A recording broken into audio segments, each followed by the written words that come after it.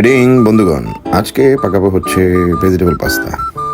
তাই কয়েকটা টমেটো নিয়ে নিলাম, সেগুলো চপিং করে নিচ্ছি। এখন পেঁয়াজ কেটে নিব, একটা পেঁয়াজে দিব। বিভিন্ন ধরনের সবজি থাকবে আজকে এটাতে, লাইক আপনার টমেটো, ব্রোকলি, তারপরে হচ্ছে এই পিস, যেটা গ্রিন পিস, মটরশুঁটি, তারপরে হচ্ছে আপনার ডিম থাকবে, এরপরে আপনার হচ্ছে কি ব্রোকলি থাকবে, কয়েকটা আইটেম মিলায়। স্পিনাচ থাকবে স্পেশালি। সবই ফ্রোজেন, ফ্রিজ থেকে বের করে সবগুলো দিয়ে দিব আর কি। সব মাখানো হয়ে গেলে তারপর আমরা এটা একবারে সব কিছু বুঝে বসাই দিব হচ্ছে প্রেশার কুকারে। প্রেশার কুকার না, লাইক ওই যে রাইস কুকিংয়ের যে মেশিন, এটার মধ্যে দিয়ে দিব আর কি। একবারে পরিমাণ মতো পানি দিয়ে সব একবারে কমপ্লিট হয়ে চলে আসবে।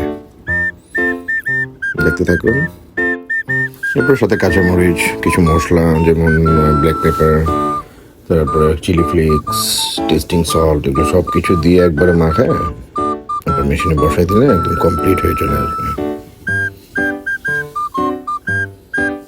দেখতে থাকুন, আপনারা ট্রাই করতে পারেন। হেলদি, ভাতের পরিবর্তে খেতে পারেন। ডিম দিয়ে দিচ্ছি এখন, দিয়ে একবারে সব কিছু মাখায় বসাই দেব। এই যে চুলাতে আছে, এখন রেডি হয়ে গেল মজাদার পাস্তা। খেয়ে নিচ্ছি।